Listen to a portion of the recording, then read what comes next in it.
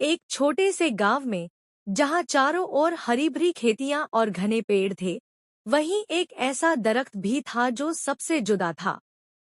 उसकी शाखें हमेशा सूखी रहती थीं, पत्तों का नामोनिशान न था, और उसके तने पर अजीबोगरीब शक्लें उभरी हुई थी।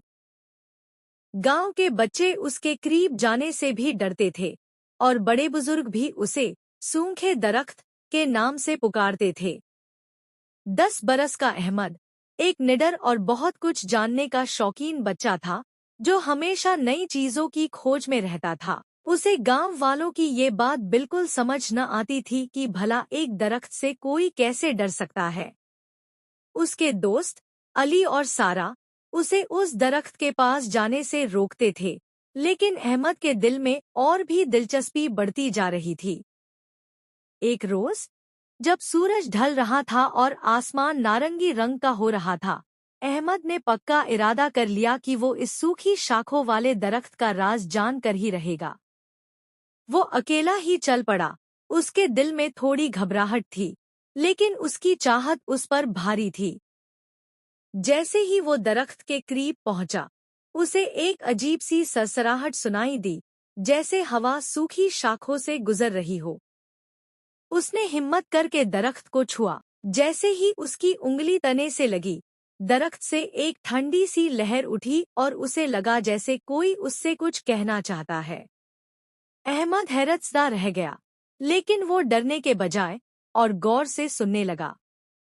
उसे लगा जैसे एक धीमी, गमगीन सी आवाज कह रही है, मुझे बचाओ, मुझे पानी दो।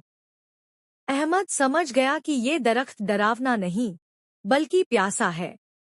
उसे अफसोस हुआ कि गांव वाले इस दरख्त को खौफ की नजर से देखते रहे और किसी ने इसकी मदद नहीं की। वो फौरन भागा और अपने घर से पानी का एक बड़ा मटका ले आया।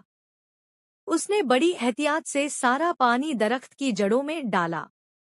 जैसे ही पानी दरख्त की मिट्टी में जज्ब हुआ, एक जादुई मंजर पेश आया। सूखी शाखों पर नन्हे नन्हे पत्ते निकलने लगे, और देखते ही देखते पूरा दरख्त हरा भरा हो गया। दरख्त पर बनी डरावनी शक्लें भी गायब हो गईं, और उनकी जगह खूबसूरत फूल खिल उठे।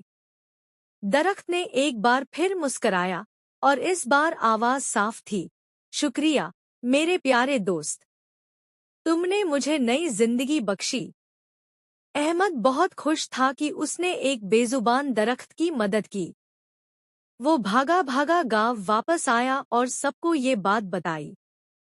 गांव वाले हैरत में पड़ गए, और जब उन्होंने अपनी आंखों से सूखी शाखों वाले दरख्त को हरा भरा देखा तो उन्हें अपनी गलती का एहसास हुआ।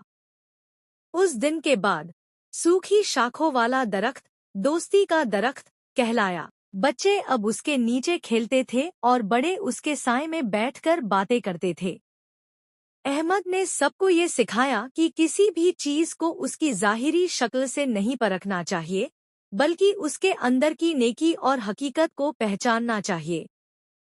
और हाँ, अहमद के इस कारनामे के बाद किसी भी बच्चे ने उसकी कहानियों को फिर कभी नजरअंदाज नहीं किया।